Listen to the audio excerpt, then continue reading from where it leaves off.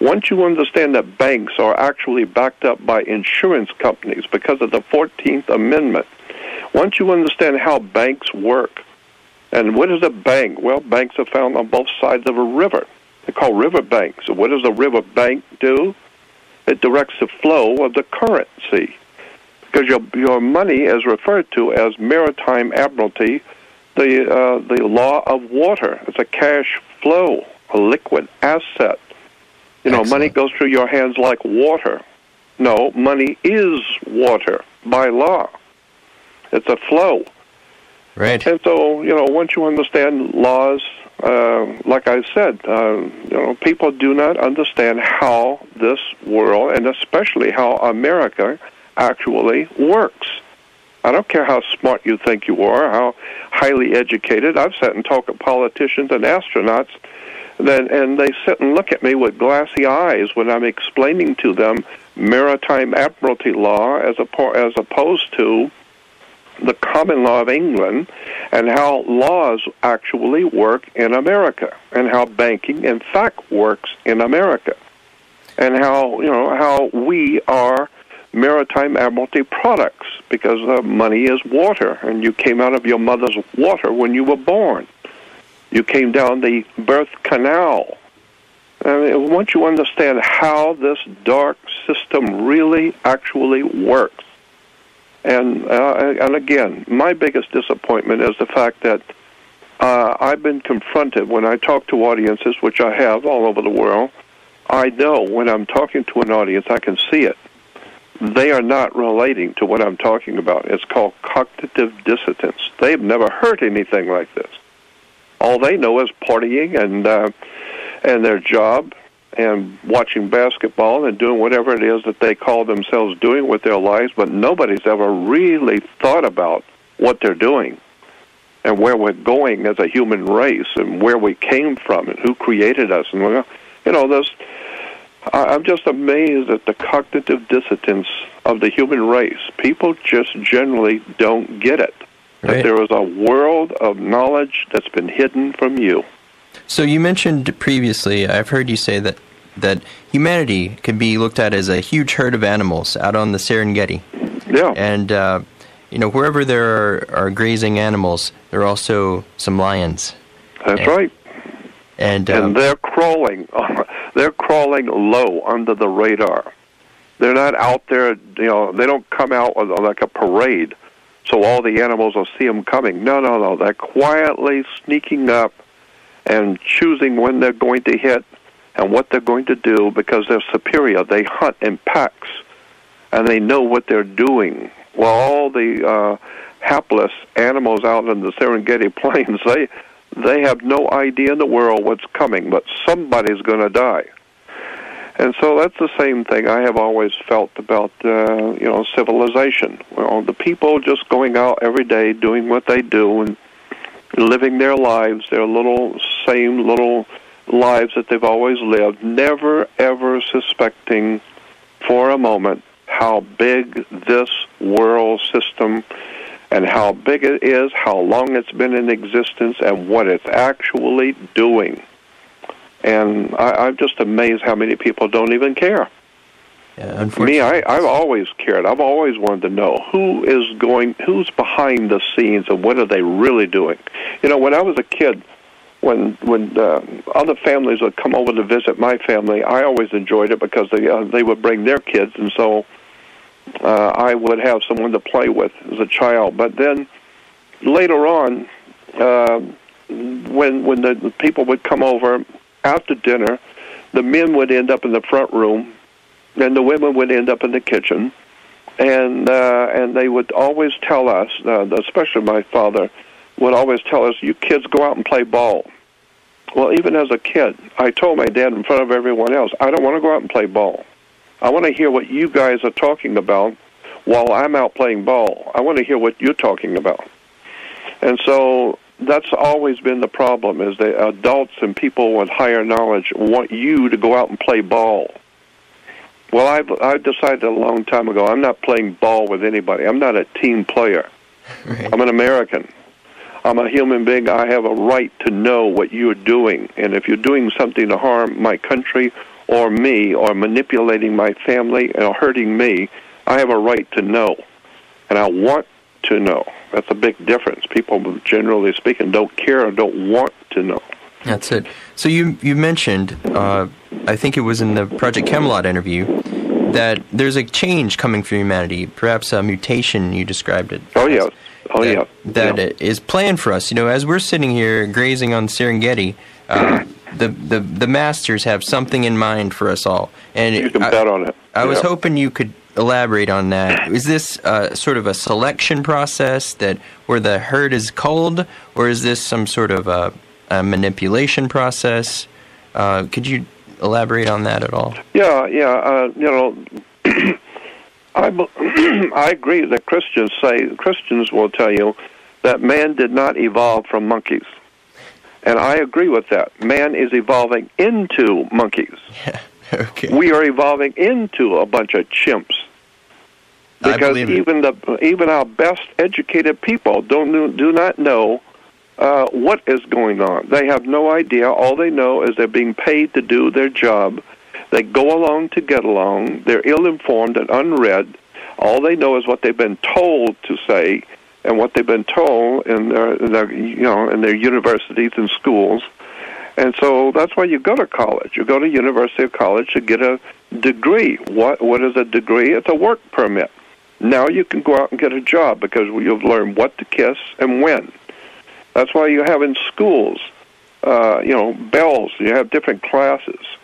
I've always wondered about that, and the bell rings and you get up and you go to a different class.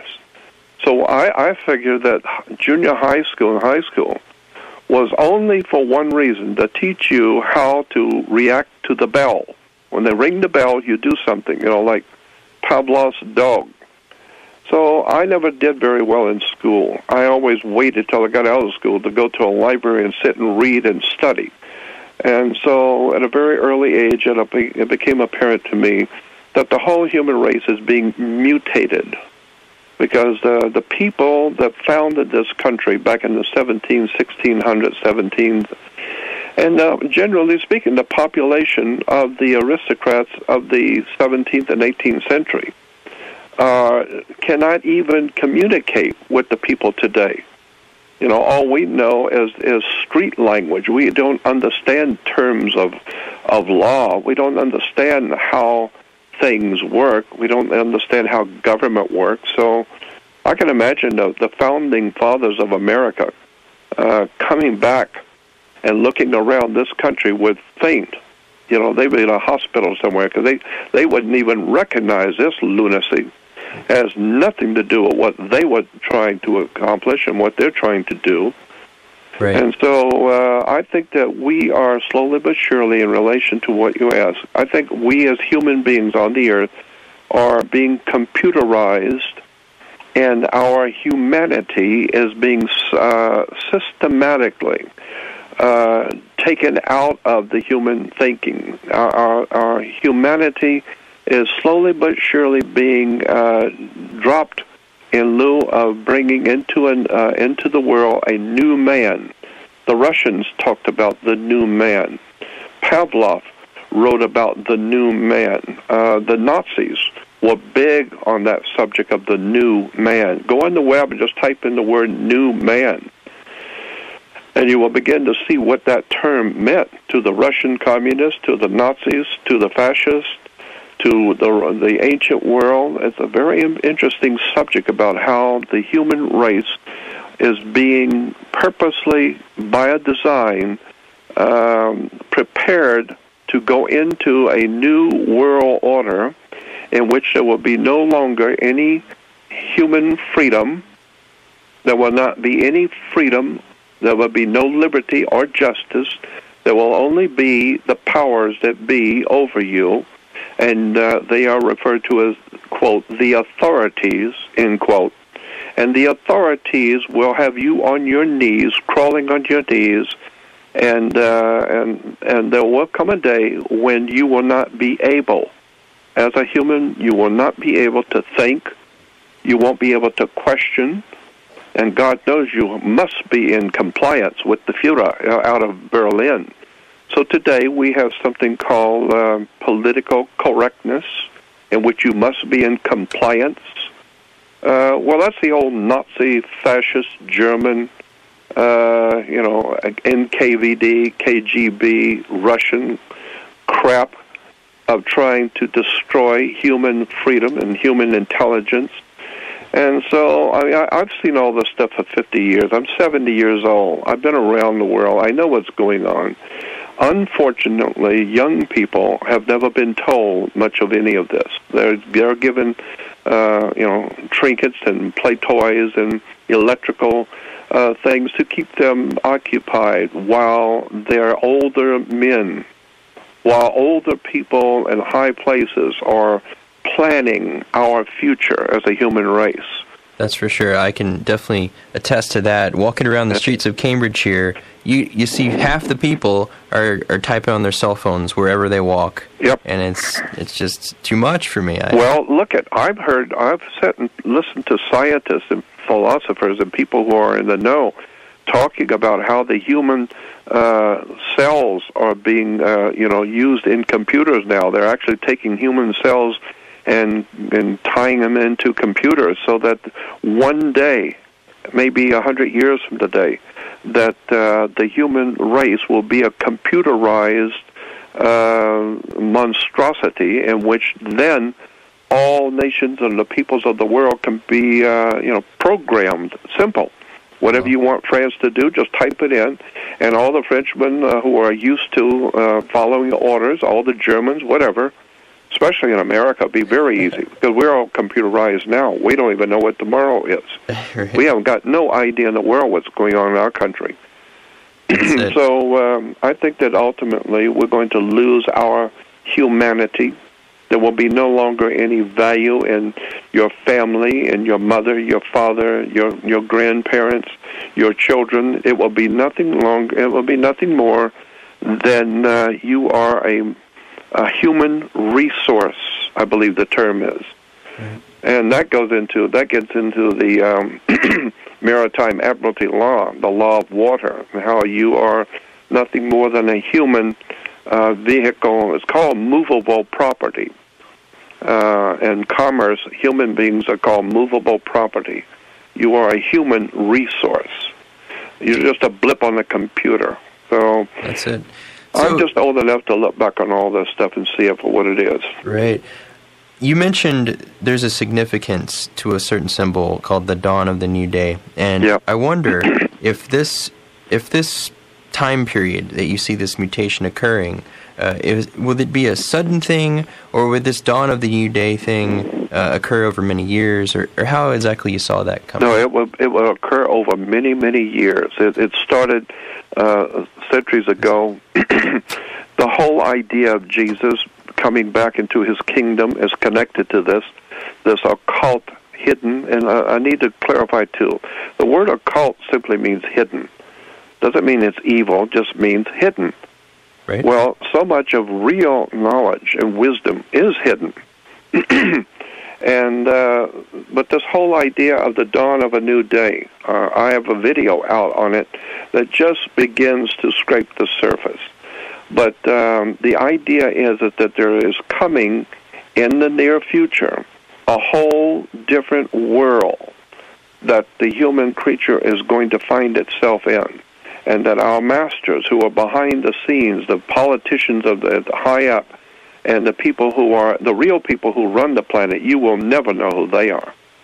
The lackeys that you see we call politicians, they are just the people up at the counter. But the actual owners of the company, you will never know who they are. You'll never know who the people are who are really actually running this planet.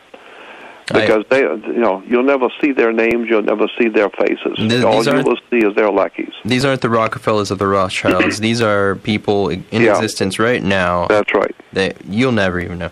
That's very interesting. So I just want to mention a couple of things. I have been looking for this symbol of the dawn of the new day, and right now I have in my hand a $50 piece from 1943. Yep. And right there on the coin, the walking Liberty lady with the dawn of the new day symbol, the sun with the two mountains right behind her. And